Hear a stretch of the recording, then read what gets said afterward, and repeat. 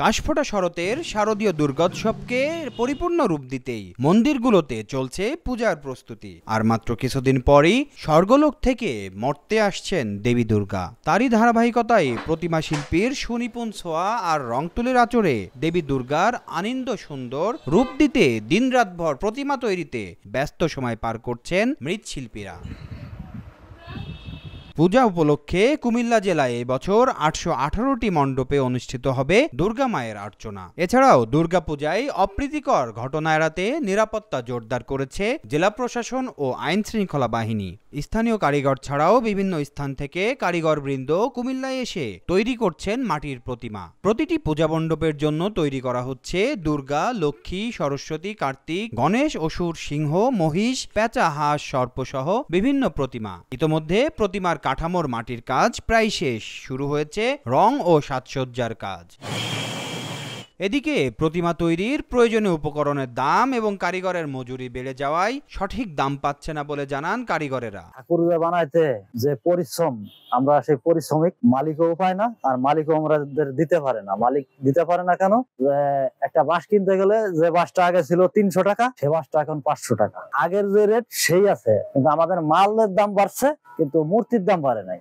মানে যে খরচা সেই হিসেবে আমাদের কোনো নাই। 3 গাড়ি মাটি আনছি 28,000 টাকা দেয়, মাটি পাই না। এই যে বাঁশ, সুতলি, তারকাটা সমস্ত কিছুর দাম বছর যাচ্ছে আর বৃদ্ধি হইতেছে, কিন্তু আমাদের দাম বৃদ্ধি হইতেছে না। শারদীয় দুর্গা উৎসবকে সামনে রেখে সকল ধরনের প্রস্তুতি সম্পন্ন করেছে পূজা উদযাপন পরিষদের নেতৃবৃন্দরা। দুর্গা উৎসব অনুষ্ঠিত হতে যাচ্ছে। আমাদের কুমিল্লা জেলা 812টা পূজা অনুষ্ঠিত হবে।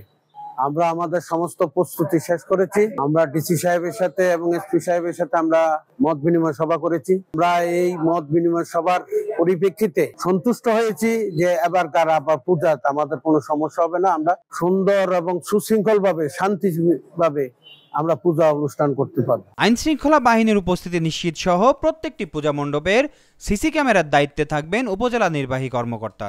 আমরা আইন শৃঙ্খলা রক্ষাকারী বাহিনীর সাথে সমন্বয় করে প্রত্যেকটা পূজা মণ্ডপে আনসার, পুলিশ সহ অন্যান্য আইন শৃঙ্খলা রক্ষাকারী বাহিনীর উপস্থিতি নিশ্চিত করেছি। এছাড়া আমরা প্রত্যেকটা পূজা মণ্ডপে আহার্য হিসেবে আমরা চাল বরাদ্দ করেছি এবং আমাদের উপজেলা নির্বাহী অফিসাররা প্রত্যেকটা পূজা মণ্ডপে সিসি ক্যামেরা থেকে শুরু করে অন্যান্য যে মেজারগুলো রয়েছে সবগুলো মনিটরিং এর দায়িত্বে থাকবে। এছাড়াও সোশ্যাল মিডিয়ায় গুজব ও অপপ্রচার রোধে মনিটরিং এর জন্য বিশেষ টিম থাকবে বলে জানান পুলিশ সুপার। পুলিশ পেট্রোল তাদের দায়িত্ব পালন করবে। পাশাপাশি গুরুত্বপূর্ণ পূজা মণ্ডপগুলোতে আমাদের ফিক্সড পুলিশ টিম থাকবে। দুর্গম এলাকাগুলোতে দ্রুত পৌঁছানোর জন্য আমাদের মোটরসাইকেল টিম থাকবে। ডিবির কুইক রেসপন্স টিম কাজ করবে।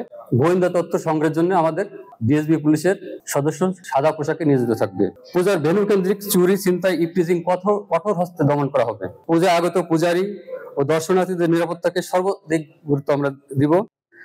শারদীয় দুর্গা পূজা উৎসব শান্তিপূর্ণ এবং উৎসবমুখর পরিবেশে আমরা সম্পন্ন করতে বদ্ধপরিকর। দেবী দুর্গার আগমনে কুমিল্লার প্রতিটি পূজা মণ্ডপ হয়ে উঠবে মিলনের মেলা, আলোয় ভরে উঠবে অন্ধকার। শারদীয় এই উৎসব শুধু ধর্মীয় নয়, হৃদয়ের উৎসব, যেখানে মিলেমিশে একাকার হয় মানুষ, সংস্কৃতি আর অনুভব।